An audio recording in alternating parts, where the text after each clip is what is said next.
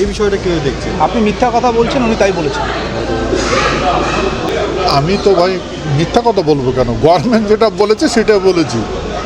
Government যেটা বলেছে, government of India যেটা বলেছে সেই কথাই বলেছি। গভর্নমেন্ট অফ ওয়েস্ট বেঙ্গল যে কথা বলেছে সেই কথা বলেছি। ভারতের মহামের রাষ্ট্রভবন যেটা, রাষ্ট্রপতি ভবন যেটা কথা বলেছে সেটাই বলেছি।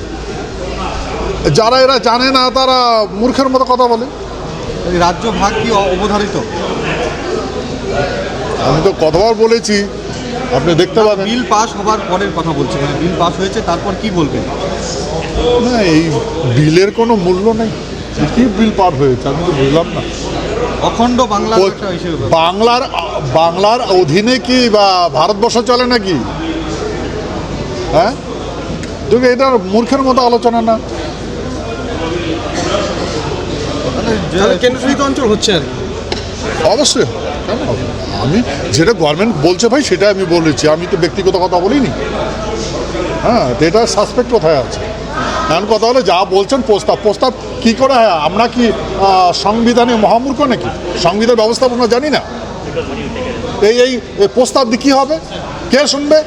কে মানবে? এই প্রস্তাব কে মানবে? দিল্লিতে মানবে কেউ? না বিধান ওখানে দুইটা সদন আছে, উচ্চকক্ষ নিম্নকক্ষ, শুনবে কেউ? কে শুনবে?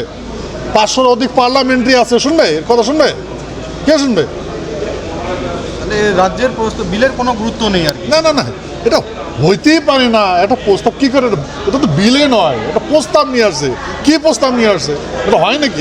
একটা সেন্ট্রাল গভর্নমেন্ট বিরুদ্ধে প্রস্তাব নিয়ে আসা হলো। আর বিশেষ করে কথা হলো, সেন্ট্রাল গভর্নমেন্ট তো এখনো কোনো স্টেটমেন্টেই দেয়নি। বলেছে প্রধানমন্ত্রী, বলেছে? বলেনি। গৃহমন্ত্রী বলেছে? বলেনি। আমার যেটা বিশ্বাস, জাস্ট একটা ট্রায়াল চলছে, আর এতে অলরেডি আমার বিশ্বাস নিশ্চয় মুখ্যমন্ত্রী এই বিষয়ে অবগত আছে নিশ্চয়ই। তাহলে মানে আপনাদের যে দাবি রয়েছে পৃথক রাজ্য বা কেন্দ্রশাসিত রাজ্য, সেটা মানে কতদিন সময় লাগতে পারে? কোনো আলোচনা হয়েছে? ভাই তারই তো অপেক্ষায় আছি। আমাদের অপেক্ষা করতে বলছে, অপেক্ষায় আছি।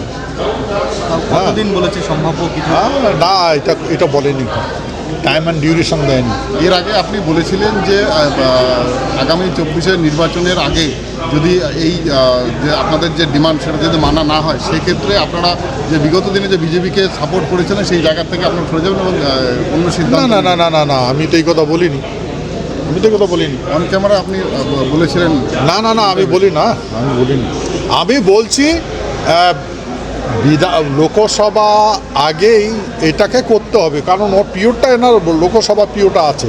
তারপরে তো নতুন করে ইলেকশন হবে, সেখানে আবার সংখ্যাগরিষ্ঠ হয়ে আসতে হবে, তারপরে কাহিনিটা পড়ে। বিফোর ইলেকশন এটাকে করার জন্য আমরা অনুরোধ করেছি। আর যদি গভর্নমেন্ট, আপনারা এটা আমাকে জিজ্ঞাসা করেছেন, না করে তোর জনগণ ডিসিশন নেবে, আমি কী করবো?